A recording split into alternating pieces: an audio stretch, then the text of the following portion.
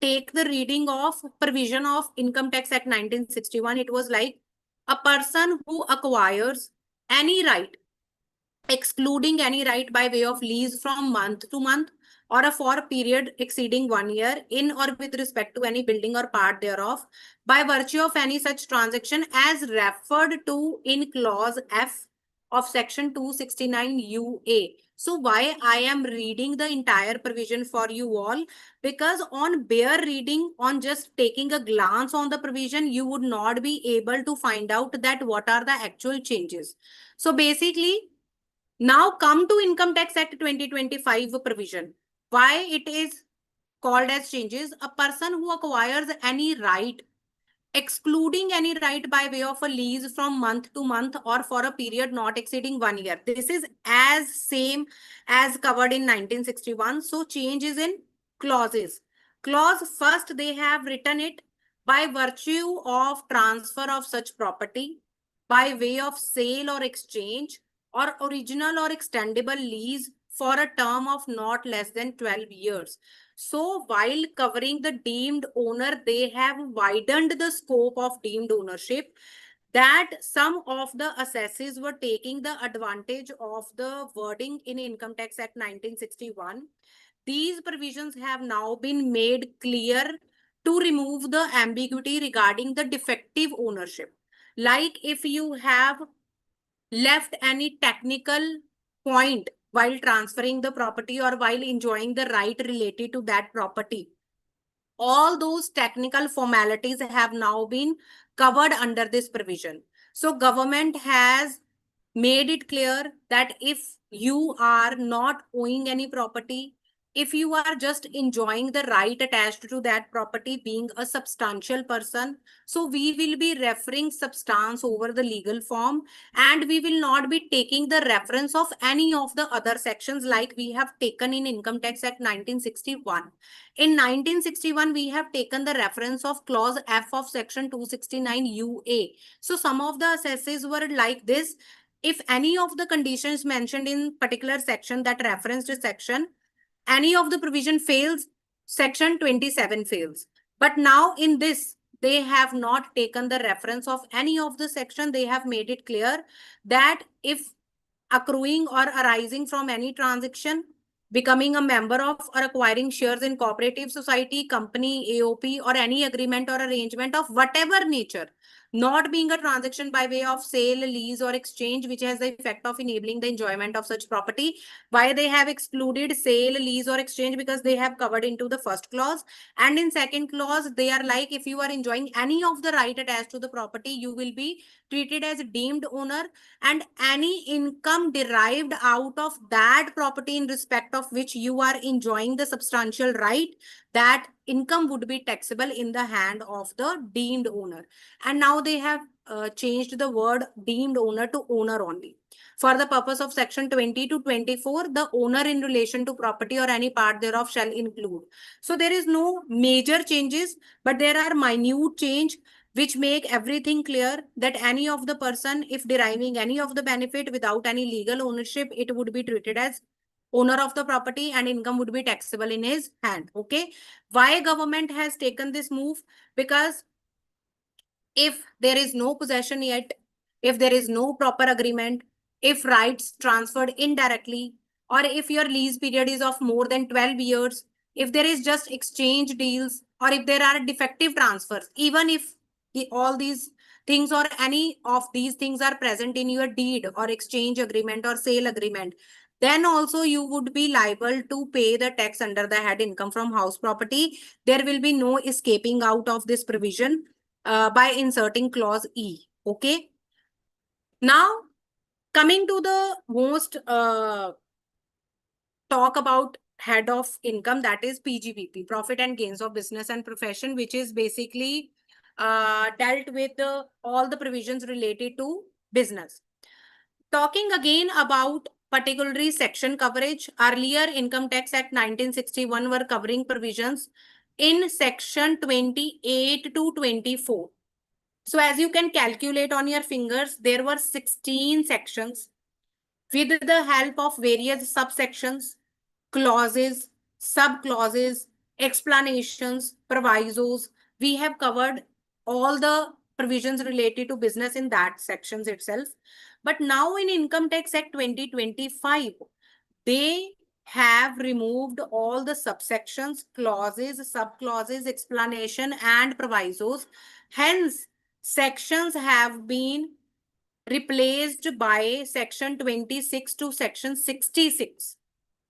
So earlier, the provisions which were covered in 14 sections, now these provisions have been covered in 40 sections. 40 sections are there in PGBT. Various subsections and clauses have been merged in one or more sections. As we will be moving to our next slide, you can see I have taken again the extract from the Income Tax Act 2025 just to give you an overview that how these provisions will be appearing in Income Tax Act 2025. And also you can see on your screen there are some portion of text which is highlighted in red. That highlighted point is change. That highlighted point is a substitution made by Income Tax Act 2025. Okay. So when we are talking about section 29 of Income Tax Act 2025, so I just want to make one thing clear that earlier in Income Tax Act 1961, there was a section 36. Section 36 with lots of subclauses and clauses which were telling us the allowances that while computing the business income, these are the expenditures, these are the expenses which would be allowed to the employer. Okay. Now, as you can see from the Excel itself, I have prepared it for you that section 36 have been now segregated, or you can say bifurcated into 4 sections. As you can see this portion, section 36 has now been replaced by section 29, section 30, section 31, section 32 of Income Tax Act 2025. So when I will be talking about this section 29, which is covering provisions related to employers' contribution to employees' welfare fund. So we all know that what are those employees' welfare fund? Approved superannuation fund, approved gratuity fund, or any other welfare fund which have been created for the welfare of the employee. So whenever we were finalizing the audit report in September, first thing which we check into the financial statement is that when that employee's contribution has been deposited by the employer. Okay. So we know that under section 2 subsection 28 there was a provision 224, sorry, that if employer fails to deposit the employee's contribution into the relevant fund before the specified date, it would become part of the taxable income of the employer. So I have already mentioned that whenever you will be taking a bare reading of the section, it is very much hard and difficult to find out that what is the actual change. So while determining the taxability of employer, we will be focusing on that whether the employee's contribution has been deposited within the due date specified in the relevant fund. Due date specified in relevant fund, which was 15th of next month in respect of EPF and 21st of next month in respect of ESI. So even if the employer has deposited that employee's contribution before filing return of income as covered in section 43B, then also that portion of employee's contribution was not deductible, not allowed as expense. But now by inserting this substitution, government has made it clear that if employee's contribution has been deposited before the due date specified in section 263 subsection 1, section 139 of Income Tax Act 1961, which dealt with income tax return filing provisions, has now become section 263. So whenever I will be using section 263, it means I am taking the reference of earlier 139. Okay. So now what this provision is saying, I would be concentrating on the highlighted portion only. If employee's contribution is being deposited by the employer before due date mentioned in section 263, that is before filing return of income, then also employer would be able to get the deduction of that portion. So now the meaning of due date has been changed. Due date only in respect of this section. Okay. So if employee's contribution has been deposited before filing return of income, it would be covered under section 29 and employer will be able to get the deduction of the expenses. This is the crux of this particular section, section 29. Okay. Now, moving to the reason behind this change. So I have taken wherever necessary the Supreme Court judgment into consideration in order to make you more clear that what was the need by the government of these changes. So there was a Supreme Court judgment focusing that if employees' contribution to PF ESI deposited after due date under respective act is EPF Act and ESI Act, but before due date of return under section 139(1) is allowable as deduction, the answer was no. Deduction was not allowed even if employee contribution is deposited after due date under PF ESI Act, but before due date of filing of return of income. So now from this onward, from tax year 26-27, employees, if depositing before filing return of income, employees contribution, employer would be able to get the deduction of the expense. It would not form part of taxable income of the employer. It would not be added to the taxable income of the employer.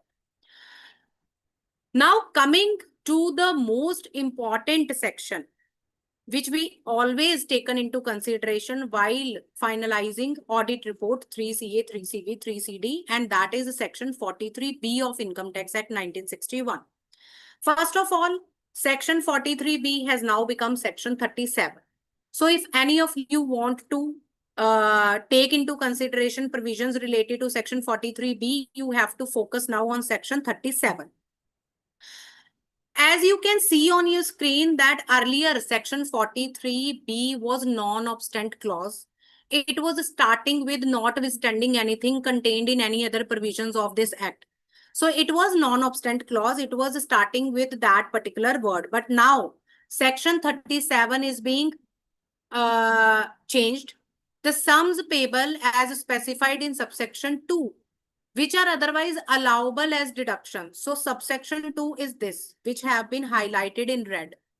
Which are otherwise allowable as deduction under this act shall be allowed as deduction while computing the income chargeable under section 26 only in the tax year in which such sums are actually paid. So we all know that section 43B was, I just will be revising the section 43B just to make that momentum, because all of us are aware about section 43B. I am not going into that, but just to make that momentum, section 43B was giving us the list from A to H. There were certain expenses which were allowed on payment basis. Okay. So irrespective of the payment, irrespective of the accrual thing, it was like that if any of the expenses have been paid before filing return of income, we will be allowing you the expenses. Same context would remain as such in section 37.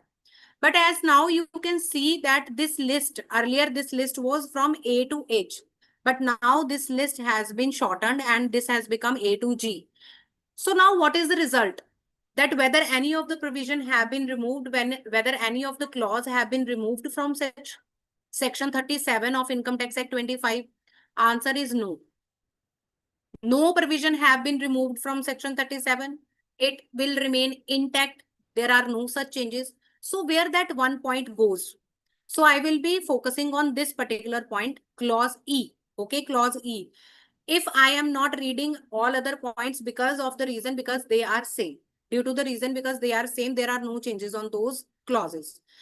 E clause is there, interest on loan or advances or borrowing from specified entity as per the terms and conditions of the agreement. Okay. Governing such loans or advances or borrowings. So here we are talking about that if any of the interest has been paid by the assessee on any of the loans or advances or borrowing from specified financial entity.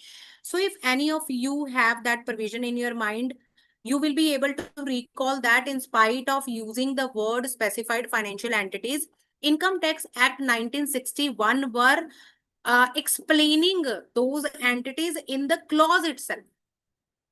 Okay, so I will be taking you there also. It was extract of section 43B of Income Tax Act 1961, and coming to that provision, I will be reading out loud for you.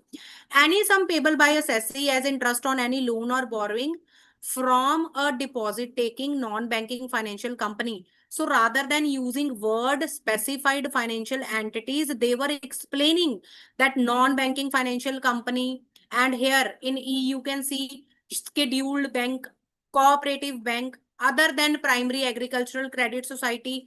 So all these specified financial entities which have the word specified financial entities earlier was not there.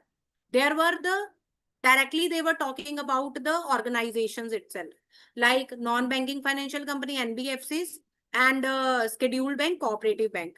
Now coming to 2025, they have removed all those words and now they have inserted one word on the specified financial entities. No other changes. In this portion, which is in black, they are again explaining the provision that if these expenses have been paid before filing return of income under section 263(1), you will be able to allow, you will be allowed to take the deduction irrespective of that clause, which were earlier covered in H, but now in G, related to MSME. Okay. Now, in order to bring more clarity for the users, they have inserted this clause 7 underneath that section, which is explaining that what specified financial entities are actually mean. For the purpose of this section, specified financial entities means a public financial institution. Here, in clause 7 of section 37, they are making it clear that what we actually meant by specified financial entities. So rather than inserting all the explanation related to that entities in the provision itself, they have made it clear in form of subclause, that is clause 7. Only this much is the change.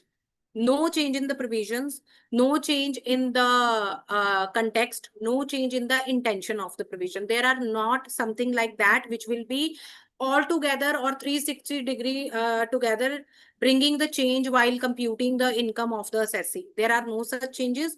Only presentational changes there in respect of this particular section. Okay. So I have already explained this section 43B for you all, which has now become section 37 of Income Tax Act 2025. So I would be suggesting you or recommending you that those sections which we use in our frequent practice, we can take the that notebook and pencil in our hand, and we will be taking the note of those sections which we will be using frequently in order to take a read to that section. Because if we will be starting reading out one section of Income Tax Act 25, second section of Income Tax Act 2025, and when it will be starting making sense to us, then we will be reading in its entirety. So on the first instance, it is not possible to read the entire act again. Okay. So now this particular slide is in reference that all the provisos and explanations have now been removed. This particular slide is in respect of only section 43B of 1961, which has now become section 37 of 2025. That, as you can see, just for the presentational purpose, as you can see here, uh, neither word proviso nor word explanation has been used. Only short and crisp explanation of section 37. In first portion, they are saying that expenses which are otherwise allowable in other sections, it would be allowed only on payment basis under section 37. It means they are overriding other provisions of other sections. In second portion, they are covering those expenses about which they are talking in this section. In third portion, they are making it clear that all these expenses, even if paid without before filing income tax return, we will be allowing you in the same tax year. In the fourth portion, they are making it clear, as you can see on your screen, the last point I have highlighted. The provisions of this section shall not apply to sum received by assessee from any employee as contribution. Now, most of us will be mixing 2 points. Section 29, which have earlier read by me, that was covering employees' contribution deposited by employer before due date of filing return of income. It was section 29. So employees' contribution is not covered in section 37. They have made it again clear in this particular section that if we are talking about particularly or specifically about employees' contribution, it is covered in section 29. You will be taking the reference of that section only. But if we will be talking about employers' contribution specifically, likewise in earlier Act 1961, only employers' contribution was covered. In section 37, also only employer contribution is covered. That's why they have inserted this particular clause here, that sum received by assessee from any employee as contribution toward any of the fund referred to in section 249O shall not be covered in this particular provision. So there are two separate provisions. Section 29 would be covering employees' contribution. Section 37 would be covering employers' contribution. So this thing is to be cleared. Now, our favorite sections, my favorite section actually, section 44AD, 44ADA, AE, presumptive taxation, because in this return filing season, we will be highly concentrating on these sections because those now as 12 lakh limit is there. So many of the assesses would be moving to presumptive taxation. Those assessees who are having turnover of less than 1.5 crores, 8% would come out to be 12 lakh. So many of us, many of the assessees would be moving to section 44AD, ADA, AE. Now we are of the, we have the curiosity that is there any change in presumptive taxation provisions also? So as you can see on your screen that how this section would be starting. Special provision for computing profit and gains of business or profession on presumptive basis. Okay. First of all, section 58 is covering all the provisions related to these three sections. 44 AD, ADA, AE. So all the provisions covered in these three sections will now be moved to section 58 only. One section is there, 58. The provisions of section 26 to 24 to the extent contrary to this section. So you can recall in your mind earlier we were taking the reference of section 28 to section 43B. Now they have removed it. Section 26 to 54 is there. Shall not apply to the manner of computation of PGBP, that we all know that if any of the assessee will be taking the advantage of section 44 AD, ADA, AE presumptive taxation, then other provisions would not be applicable on that assessee. Okay.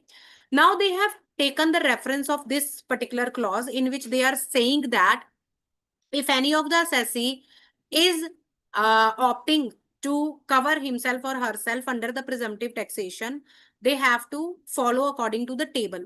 So now as you can see with this click, you will be able to see the magic on the screen that sections which were earlier covered in plain text related to presumptive taxation now have been presented in this particular table format.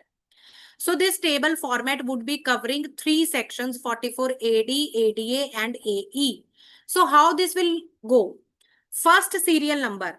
So in Income Tax Act 2025, all the professionals would be learning table serial number in order to recall that where these provisions will be covering in Income Tax Act 2025.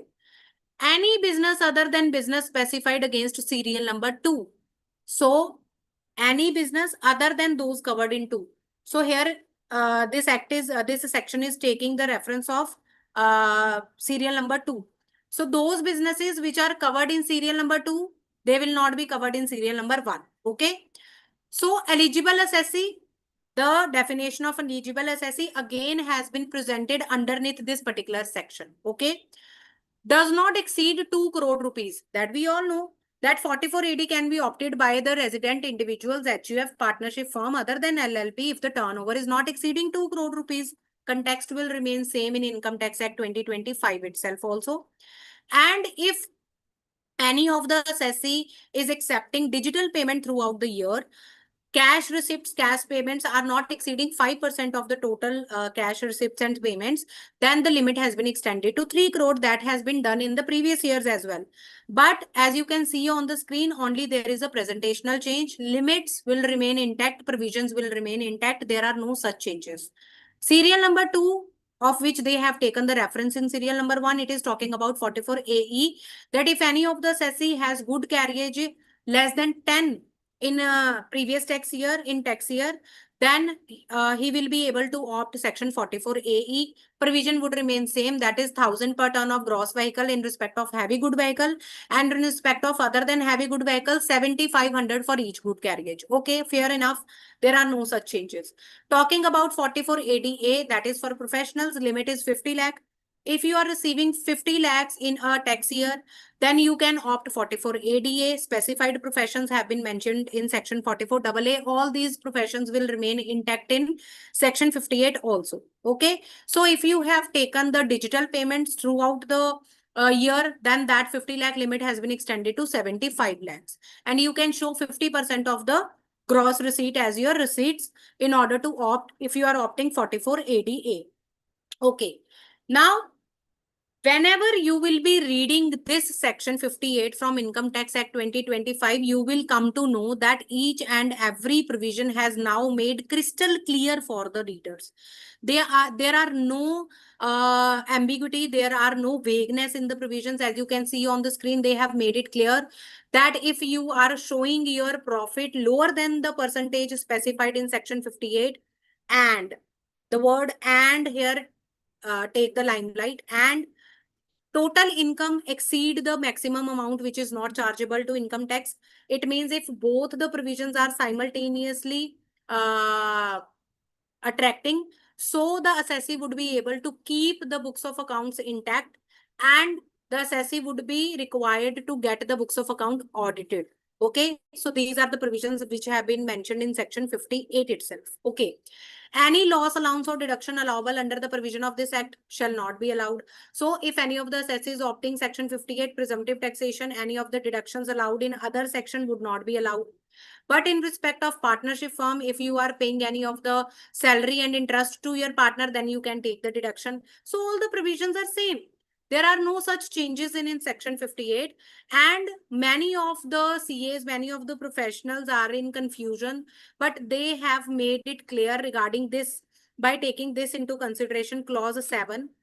If clause 7, I will be reading in short for you all, that if any of the assessee has opted section 44 AD slash section 58 of ITA 2025 in the previous year, but now in current year, in current tax year, in reference of which he is filing his income tax return, he is opting out section 58. Okay, he is opting out section 44 AD.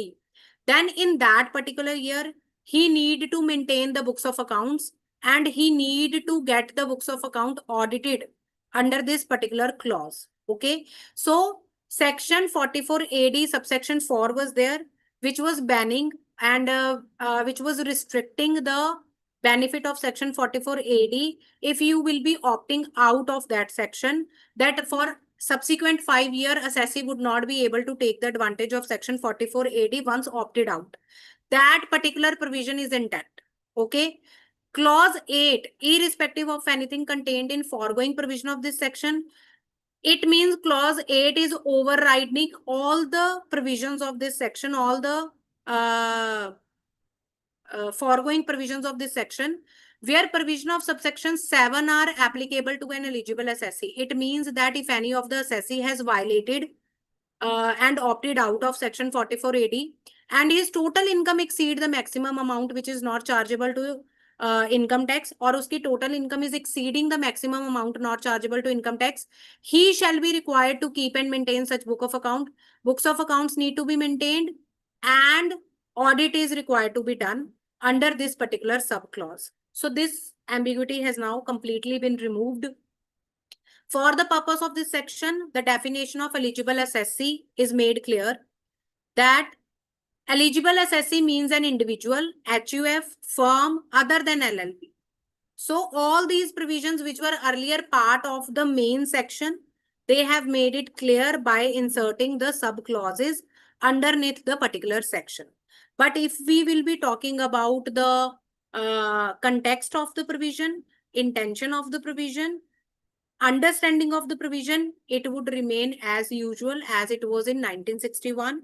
And if we talk about the presentational changes, yes, these are changes that earlier there was a plain text for section 44 AD, ADA, AE, and all other sections which we will be covering in these further slides, now have been presented in form of table in Income Tax Act 2025. Okay. Now moving to the next important part, that is capital gain. And if any of you would be eager to know that all other sections of PGBP, so I will be taking few minutes just to give you a glance that the most important sections in which we were talking about that if TDS has not been deducted out of any of the expenses, payment has been made to non-resident, then entire of the expenses would be disallowed. Section 40 was there. And if payment is made to resident, 30% of the expense would be disallowed. Section 40A IA was there. So all these sections have now been shifted to section 35.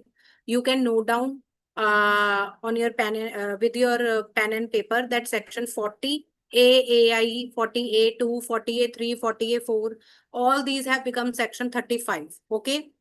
If we are talking about section 48(2), payment to related persons, 48(3), payment in excess of 10,000 in cash, 48(3)A, any of the liability covered in previous year now have been paid in this tax year in excess of rupees 10,000 or 35,000 in case of transporter. All these provision have been now shifted to section 36. 43B has become section 37, and 41, remission and cessation of trading liability, has now become section 38. So all these sections, those section which we use frequently in our practice, all these sections I have taken this Excel. Section 44AA, section of maintenance of book of account, has now become section 62. Section 44AB, audit of books of accounts, has now become section 63. So if any of you would want to start to read certain provisions of Income Tax Act 2025, you can take the reference out of this Excel and you can start reading the sections which are most frequently used from Income Tax Act 2025. Okay. Now, coming to the presentation part of our PPT. So we will be now covering these sections. Capital gains. Earlier section-wise coverage, if we talk about strictly about the section-wise coverage, section 45 to 55 was there. Section 45 was the chargeability section, which talked about that if any of the properties transferred during the previous year, any profit or gain have been arisen out of that property, it would be taxable in the year in which it is transferred. Okay, that was the chargeability section. Now in Income Tax Act 2025, provisions have been covered in section 67 to 91. So section 67 now is the chargeability section. Various subsections clauses have been merged into one or more sections, and various substitution of words has been taken place, which will be impacting actually the tax liability and the case studies, and which would also be impacting the earlier Supreme Court judgments prevailed. So we will be taking consideration of that provisions also. So here we have presented section 69 of Income Tax Act 2025, which was earlier section 46A of Income Tax Act 1961. And this provision is related to capital gain on purchase of its own shares. So capital gain, if arising to the company of its own shares,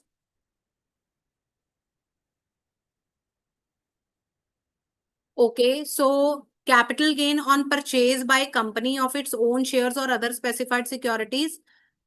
Here we will be talking about that if shareholder is gaining any capital gain, is deriving any capital gain out of buyback or purchase back of its own securities by the company, that particular gain would be taxable under this particular head, capital gain.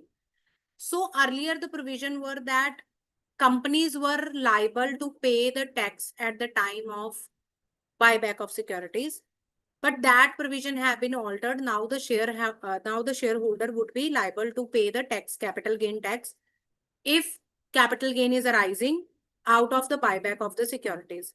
But this substitution has been inserted by the government, in which they are saying that if shareholder is not a promoter, then the general provisions would be prevailing. Okay. Capital gain is there. They will be liable to pay the capital gain tax. But if the shareholder is a promoter, then we will be charging additional capital gain tax from that promoter under the head capital gain. Okay. So here it is in continuation of section 69 of Income Tax Act 2025, which talks about that an additional income tax in respect of capital gain specified in column B. So they have taken the reference of this table, that if shareholder is deriving any of the capital gain out of buyback of securities, and that shareholder is also a promoter of the company, then short-term capital gain would be, additional short-term capital gain would be 2% if it is a domestic company. And other than domestic company, it means if promoter is an individual or HUF other than domestic company, then short-term capital gain rate would be 10%. Okay. And one thing which I would like to mention here, that all these recordings of this webinar would be available on YouTube channel Professional Updates. So if any of the user is not able to join this Zoom meeting, or if any of the user wants to watch this webinar again, they can subscribe Professional Updates YouTube channel, and you will be able to get all the updates out of that YouTube channel, which is Professional Updates. Link of the channel would be mentioned in the chat section. You can go into the chat section and subscribe the channel and get yourself updated with the professional updates. So coming to the slide again, if promoter is shareholder and gaining the capital gain, long-term capital gain would be taxed at 9.5% and 17.5%. Here, one demarcation I would like to make is that general provision regarding the capital gain taxability would remain intact. Here, this provision is talking about only additional capital gain tax. So we are talking about additional capital gain tax. Capital gain tax would be there, plus additional capital gain tax would be there. So it is not like that these are the rates of short-term capital gain or long-term capital gain which would be replacing the earlier rates of capital gain. It is not the situation. These are the additional capital gain tax which would be charged from the shareholder, which is also a promoter of the company, who is buying the or purchasing back its own securities. Okay. Before substitution, the word was, if shareholder receives any consideration of nature, refer to in section 240F. Here they are talking about the distribution by company on the liquidation of the company. If any of the consideration is received from any company in respect of buyback of share, consideration was nil. So in Income Tax Act 1961, FVOC, fair value of consideration, was nil. And cost of acquisition, by deducting cost of acquisition out of nil value, it was resulting in capital loss. That provision has now been altered. From 1st April 2026, Income Tax Act has made it clear, 2025, Income Tax 2025 has made it clear that if any of the shareholder would be receiving any consideration on buyback of securities, consideration would not be nil. It would be chargeable under the head capital gain. So they have made it clear in form of in section 69. Okay. Now the most important provision, that many of us make investment of our money in SGBs, sovereign gold bond. Nirmala Sitharaman ji, our finance minister, has made it very clear that if any of the SECI is investing in sovereign gold bonds and on maturity, they are redeeming these sovereign gold bonds, then capital gain tax would not be there. But if sovereign gold bonds have been acquired and have not been kept or have not been holded till the date of maturity, then capital gain tax would be arisen, and on the maturity amount, on the redemption amount actually, capital gain tax would be payable by the individual or investor. So basically, two conditions must be fulfilled in respect of SGB. First, SGBs should be acquired from Reserve Bank of India. It is not the situation that we will be going physically to Reserve Bank of India and acquiring the sovereign gold bonds. No, I am not saying that. From the window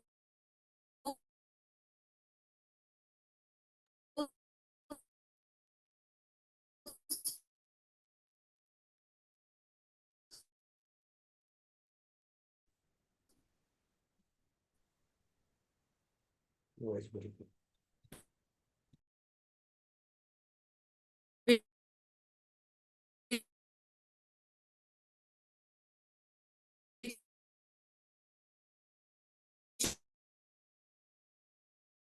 are made available by the Ma'am, I think there is some network issue.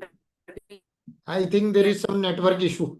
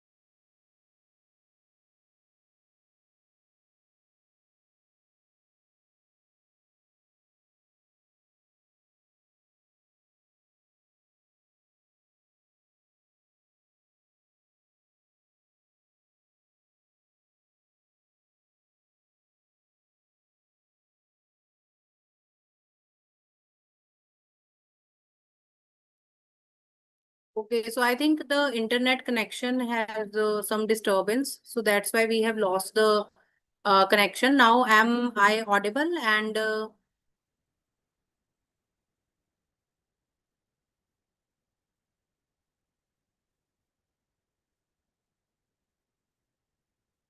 okay. So sorry for the disturbance. I think I don't know whether it was on my part or whether there was some internet connection error. So coming to the slide itself, first kindly give me a thumbs up that whether the voice is clear, whether the video is clear. So we can resume with the slide. Yeah, your Yes, voice is now clear, it's video is clear. clear. Okay. So resuming with the slide related to sovereign gold bonds, that if any of the assessees would be taking the sovereign gold bond out of the secondary market and keeping it till the maturity, then also capital gain benefit would not be available. You will be liable to pay the capital gain on that particular redemption amount as well. So two conditions must be satisfied. First, that it should be acquired from the Reserve Bank of India primary market, and second, it should be till the date of maturity. Conditions are not satisfied, assessee would not be able to take the advantage of capital gain exemption. So moving to our next slide. So we all know that for the purpose of calculating the exemptions under section 54 of capital gain, we all know that section 54 is there, section 54B, 54EC,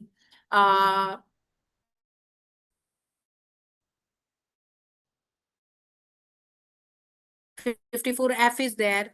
So we are taking into consideration the exemption. But now government has made some Excel itself that earlier these were the sections. Section 54, 54B, 54D, 54EC, F, G, G, A, H. All these sections have now been replaced by section 82 to 89. So 82 to 89 are the sections in Income Tax Act 2025, which will be taking into consideration the exemption portion.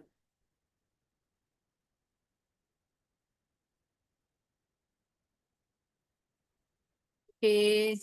I don't know whether these internet connection, I have checked my internet connection, but that is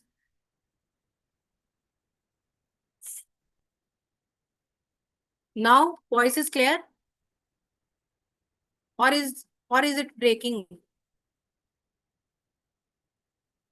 Am I audible clearly?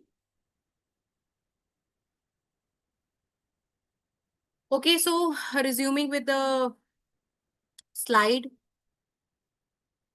So there are some changes and I would be highlighting only the changed word. Subject to provisions of subsection 2, where in case of an assessee being an individual or HUF, the capital gain arises from transfer of long-term capital asset. So in Income Tax Act 1961, the words used in section 54 were capital gain arising from transfer of long-term capital asset. Now again, on bare reading of this particular provision, you will not be able to find that where the change actually resides. So now I would be concentrating on this particular part of 82 of Income Tax Act 2025, where an individual or HUF has long-term capital gain arising imputed gain with long-term capital gain. So what was the reason behind this change? That if you will be concentrating on the next slide, you will be able to know that there was a Supreme Court judgment in Dampo Company Limited. Supreme Court held that section 50. So if we talk about section 50, it talks about that short-term capital gain arises in respect of some depreciable asset, even if they have kept for long term. Okay. So basically, there was a case law in which the assessee sold depreciable assets as a part of block of asset, and assets were held for more than 36 months. In that scenario, due to section 50, gain was short-term capital gain. But as the assets were held for more than 36 months, so they were very much eligible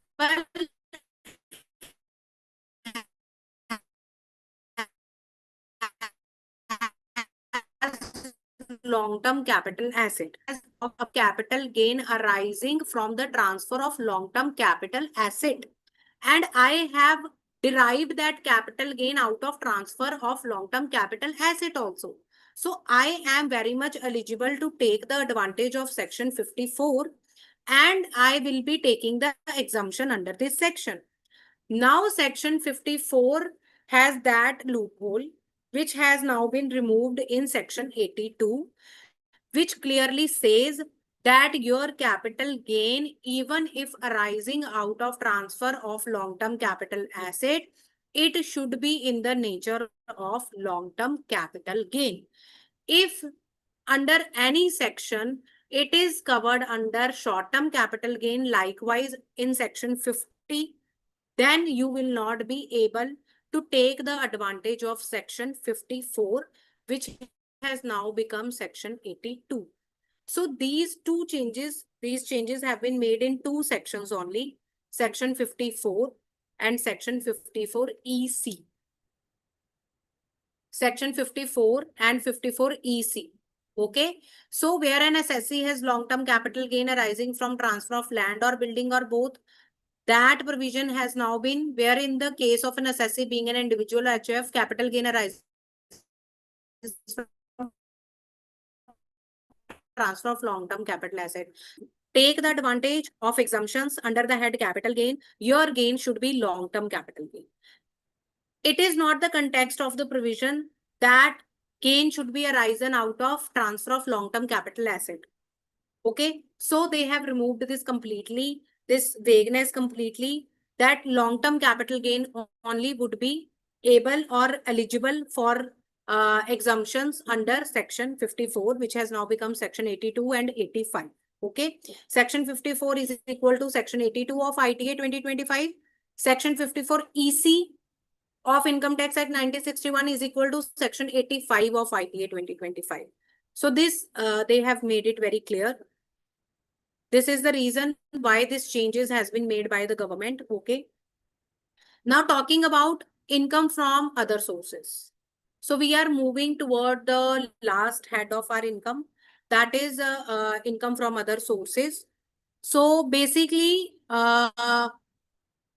if we talk about the section coverage, earlier section 56 and section 57 was there, which were covering provisions related to income from other sources. So any of the income which is specifically not covered under any of the head of income, those were covered under section 56 and 57. Now sections have been replaced by section 92 to section 95.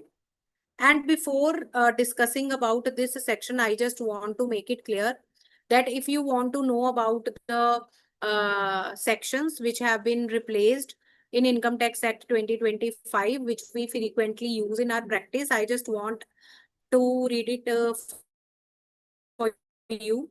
That section 47, which were certain transactions are not regarded as transfer, this section has become section 17 Income Tax Act 2025. You can take the reference of this section while reading it out from the Bear Act. Section 48, which were mode of computation of capital gain, in which first proviso, second proviso, third proviso was there. This has become section 72 now. Section 50C was there, which was very important section in Income Tax Act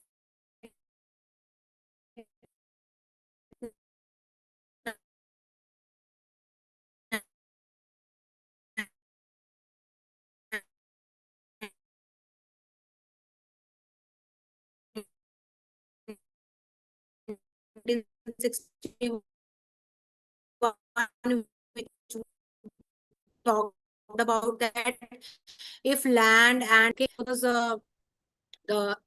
this was the presentation in Excel of those sections which were earlier covered in 1961 and now in 2025. Now moving to income from other sources, I have explained this particular slide. There is also one major change in income from other sources.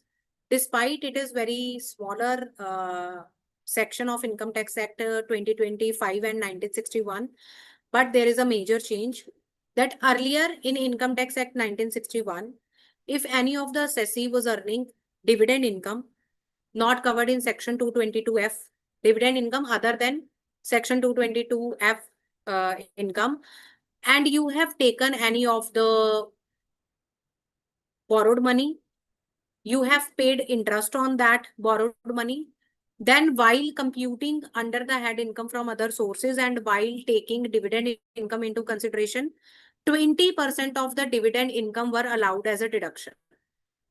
Okay, this was the earlier provision.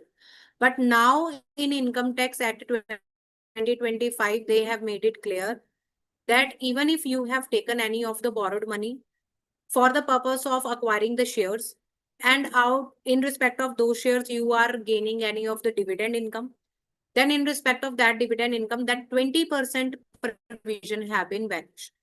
Now the assessee would not be able to take the advantage of that 20% deduction in respect of dividend income.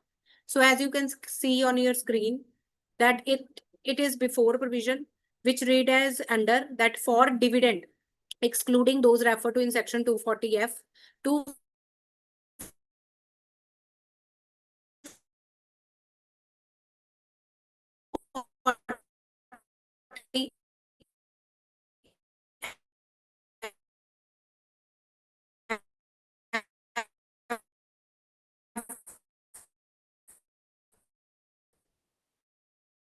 is taking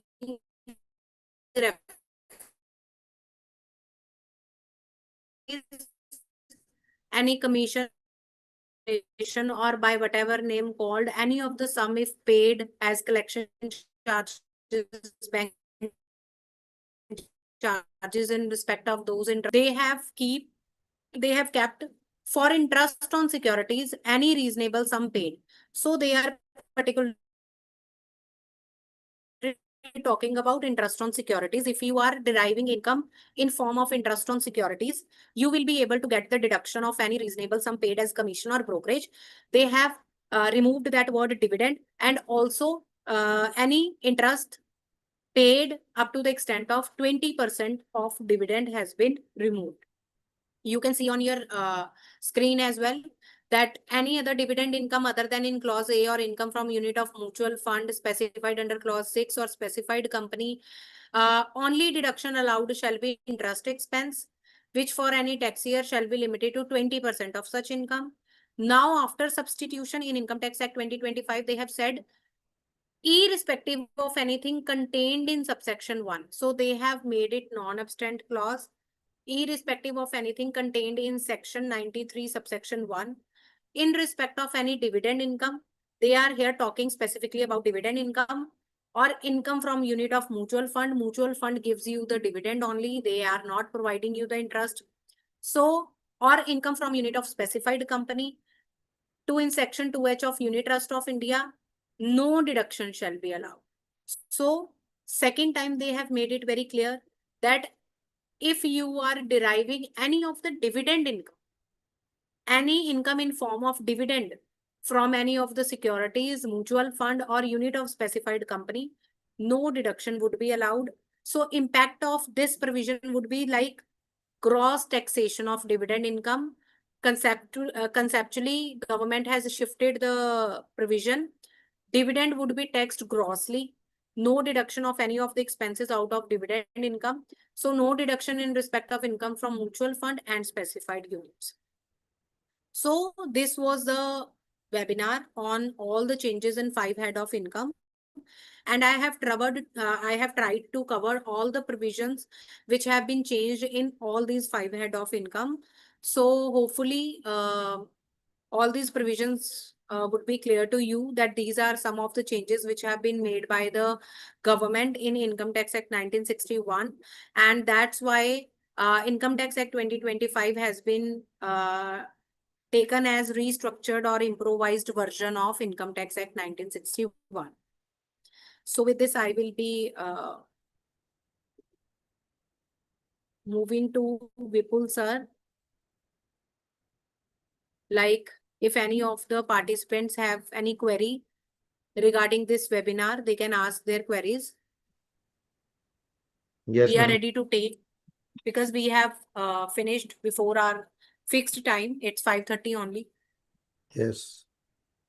If anyone has any queries, we can have it. Just switch on your video and you can ask.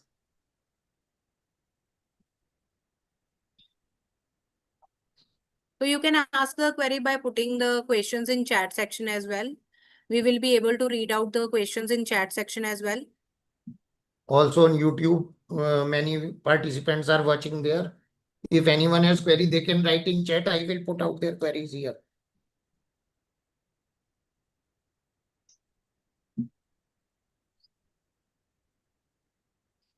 Okay, so I think that either all the provisions have been understood by all the participants in better manner. So there is no query regarding the question. Okay, we have received one question from Priya. Okay, thank you, ma'am. Very informative session. Thank you so much, ma'am. You have taken out your time on this weekend, on especially Saturday. And I would just like to thank all the participants for making this webinar successful. And any of the persons who are on the YouTube, I would like to mention that kindly subscribe this YouTube channel. Vipul sir and Anand Agarwal sir, they are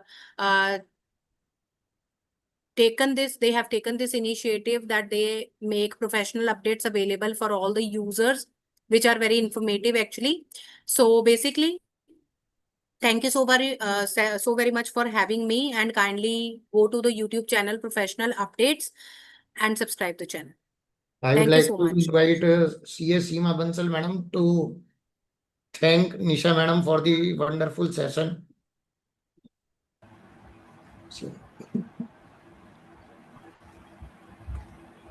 Hello. Hello, ma'am. Yes, ma'am. Yes, ma'am. Very nice session, and thank you very much for giving us such your valuable time and efforts. You have very well prescribed the Income Tax Act. Thank you very much, ma'am. Thank you so very much, ma'am. Thank If you any so other much. participant is interested in saying thanks to madam, then they are most welcome. They can also write in chat box.